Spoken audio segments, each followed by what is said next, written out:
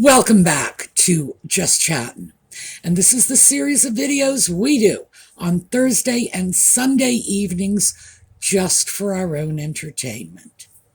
So, very quickly, I'm going to give you the Audie news for all of Audie's fans because, believe me, the cat never tires of reminding me he is the star of this video channel. It was a nice day yesterday, but it was windy. And my neighbor Jane came over. We sat out on the patio and chatted for a while.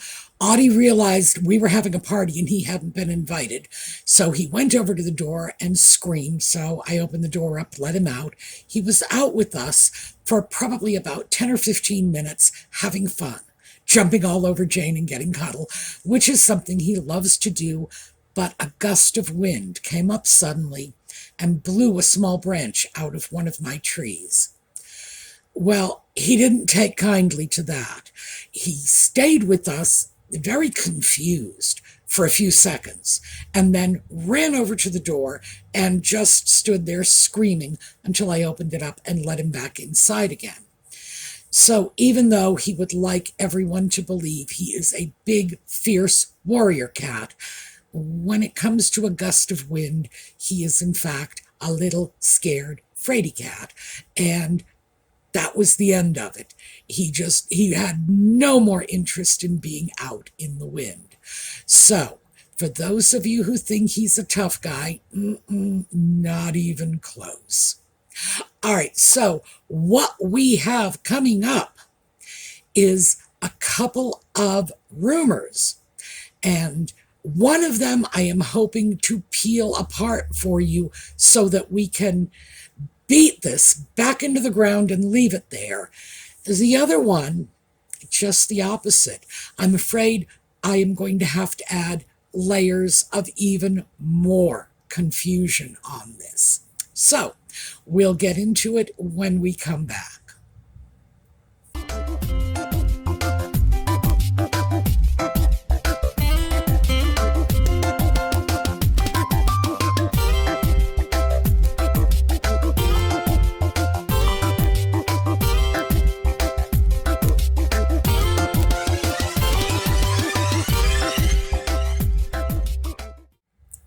So let's start with just a sort of bit of fluff. It's not a rumor.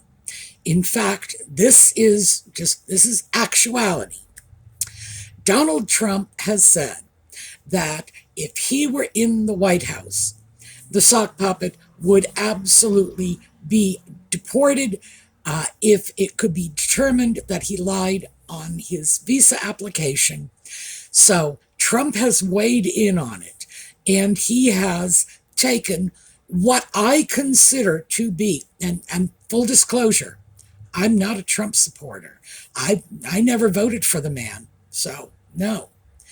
But he has taken what I consider to be the only reasonable position to take on the issue, which is if it can be determined that someone, no matter who his daddy or grandma may have been, has lied on their visa application, the law must be enforced fairly and without any regard to anybody's alleged royal status. This is the United States of America.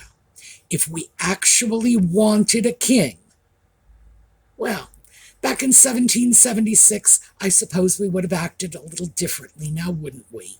So, good for Trump. We need the same statement to come out of the Democratic Party. That's all I'm saying. So that's, as I say, not exactly a rumor, but an interesting piece of information coming from an unusual quarter. All right, let's get into the rumors. There has been a lot of media coverage in the last couple of days about Getty Images allegedly unflagging a formerly flagged picture from the christening of the putative child Archie And they have said there is no evidence of digital manipulation. There are some problems with this, though.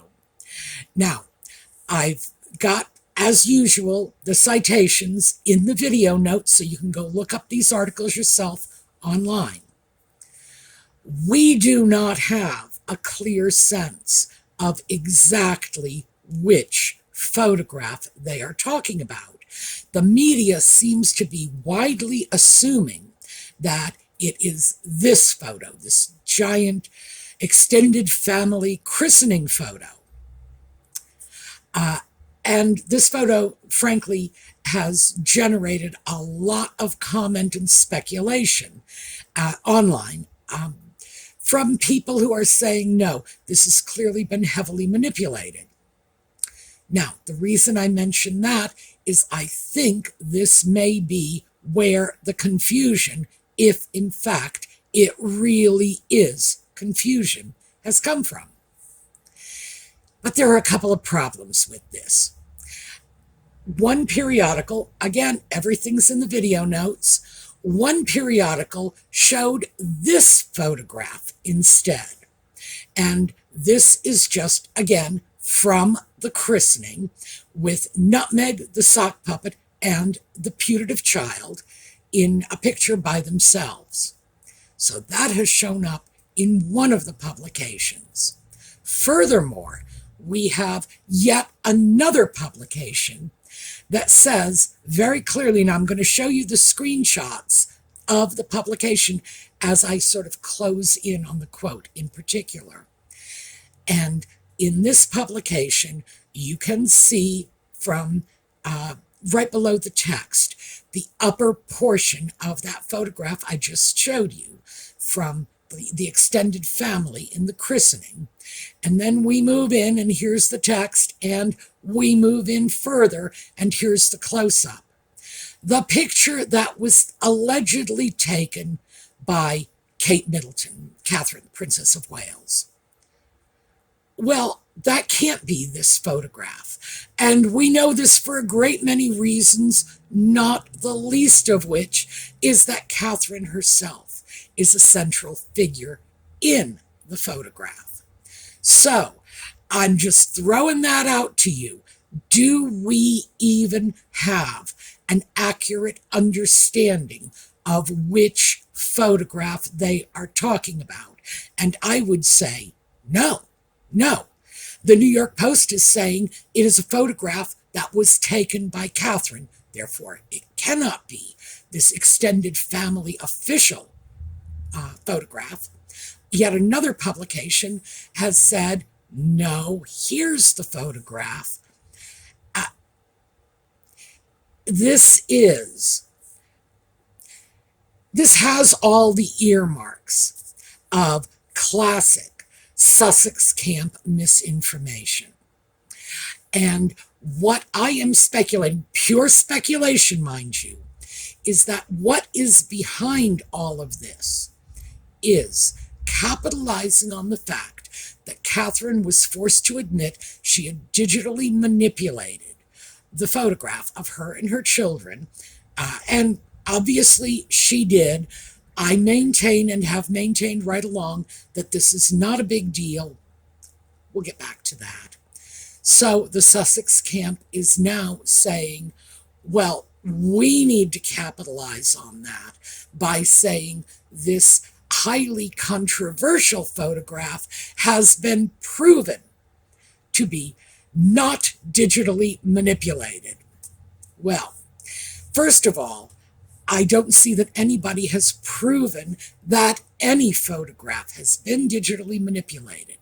The only people who apparently have even weighed in on the subject is Getty Images, and frankly, I'm not sure I would consider them to be objective, unbiased, or scientific. This is a photo agency. This is not like the FBI laboratories. So it's starting to look to me, the more I dig into it and the more contradictions I turn up, that this is nothing but more smoke and mirrors. So take that for what you will. I also did want to go back to digitally manipulating photographs. Anybody my age, and definitely anybody older, knows that portrait manipulation was something that was done. It was done. My high school picture was airbrushed. Everyone's was. We didn't have a choice. We had to tell them what color our hair and eyes were so that they didn't airbrush them in the wrong color. This is standard. I feel like I'm just sounding like a broken record. What Catherine did was not anything that people have not been doing ever since the development of photography, altering the images to make them look better. So there you go. If that photograph of the christening with the extended family and the putative child and so on had, in fact, been altered digitally or otherwise, remember, that's not the only way you have of altering a photograph. So just saying, if it had been, where's the big deal if it was simply done in the same way all other photographs are airbrushed, cleaned up, etc., etc.? No big deal. However, as I said, the more I dig into this, the more I question if any of this has even a drop of truth in it, because it just seems suspicious to me that so many major media outlets are coming up with so many different stories. All right, we're going to walk away from that one and go over to the one that I am able to unravel. I know this last one, I just threw more mud on it, made it even less clear, but this one, hopefully, we'll take care of. Next up, the Rose Hanbury story has surfaced again. Now, everybody, well, every rational person thought this rumor was put to bed a while ago. William has said nothing happened. Rose Hanbury has said nothing has happened, and recently made a statement through her lawyers to that effect. There is no evidence suggesting this has happened. How can there be if it hasn't? And all of the reiterations of this bizarre little bit of misinformation trace back to a man named Giles Coren. Now, this is someone who is not really known in the United States. He is in the UK. He is a restaurant critic for the Times. So, I don't know, I guess you could say he's a journalist, but he's a restaurant critic. They don't exactly have him on the news beat. And he posted the original tweet that started this whole thing rolling. He very quickly retracted that, saying he was drunk, it was a joke, he doesn't know anything about it, it just, drunk posting. I don't know. If I were him, I think I would put a very complex security lock on my phone to make sure I didn't accidentally go off and drunk post like this again, because this particular tweet has caused a tremendous amount of chaos and undoubtedly a great deal of emotional distress to all of the people involved, not just Rose and William. But William has a wife, he has children. Rose has a husband, she has children. A lot of people have been impacted. Giles Corrin is still standing by his position that it was just a drunk tweet. Frankly, I think he's taking it a little too lightly for my tastes. But, and this is where we come up with the I probably should have been a lot more accurate and honest the first time we talked about this vis-a-vis Giles Corrin. This is a man who has sent out emails that have been publicly exposed, vilifying his colleagues, suggesting that it might be a good idea for him to end the life of a 12-year-old neighbor boy. Who knows, maybe he thought that was a joke too. And said some outrageous things about everyone from Poland. My favorite, and this is it succinctly, here you go in a nutshell, F the Poles. He apparently blames the Poles for much of the Holocaust. And when anyone calls him on these statements, he pulls out his version of the race card, which is, you're just complaining because I'm a Jew. Okay, there you go. One of the worst of his public tweets was suggesting that a woman who had apparently criticized him and passed away should burn in hell, which he then later deleted, the burn in hell part, to, she's dead, ha ha ha ha ha. This guy is a little on the loopy side. And I have to say, I have no idea what's going on at the Times that anyone who is throwing this stuff out into the public domain is still retaining their job. I don't believe in canceling people. I really don't. I think free speech is a wonderful thing. But I gotta tell you, there is a point at which you just have to put the brakes on someone like this. Someone who is vilifying virtually everyone around them and laughing it off like it's a joke. This is definitely a problem.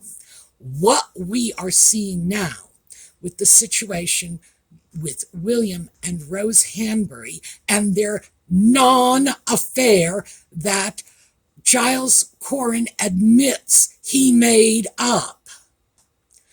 What we're seeing is the extent to which one person's bizarre sense of humor can really snowball and create chaos for people.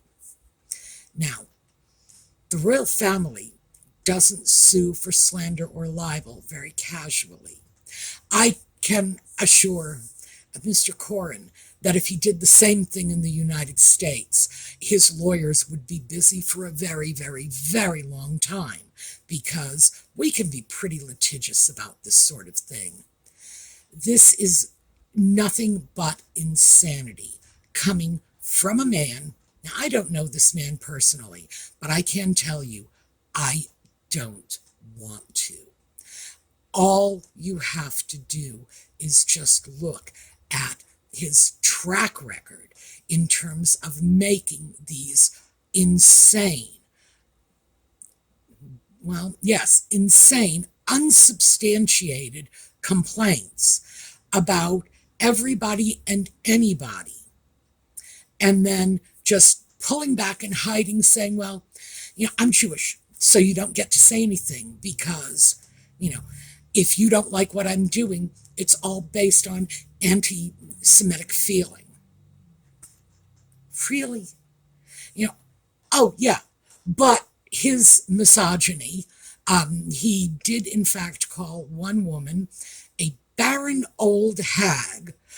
This was a colleague, because she apparently said that she didn't like one of his tweets.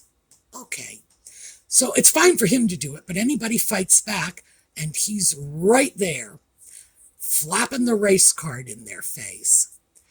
And he is a chaos monster. He has created a mess, and he really believes that all he has to do is say, "I'm sorry I was drunk," and it's over and done with. I don't think so. I don't think so. I think this is a person who really, really does not belong in the position he has, restaurant critic or dog catcher. It is working for the media is a position of public trust. You do have to be considered reasonable and reliable so that the greater universe gives serious consideration to your opinions. And yeah, his opinions are F the polls. Lovely. So it's imperative that we remember the source of all of this. Now, people have said, oh, the Sussex camp is behind all this. I don't think so. I don't think so. The truth of the matter is, this guy is just a loose cannon. He is just a public abuser of anybody and anything that comes along to tick him off. Who knows what Rose or William or whoever else may have done to prompt him to make that tweet in the first place. Maybe he was, in fact, just drunk. But if so, this is a guy who needs an intervention program for substance abuse. That's all I can say about that. But this was something I did not touch on before because it seemed far too critical of a person who at the time, that's before I dug in to all of his other tweets, at the time seemed like someone who just made a drunken post and then apologized for it.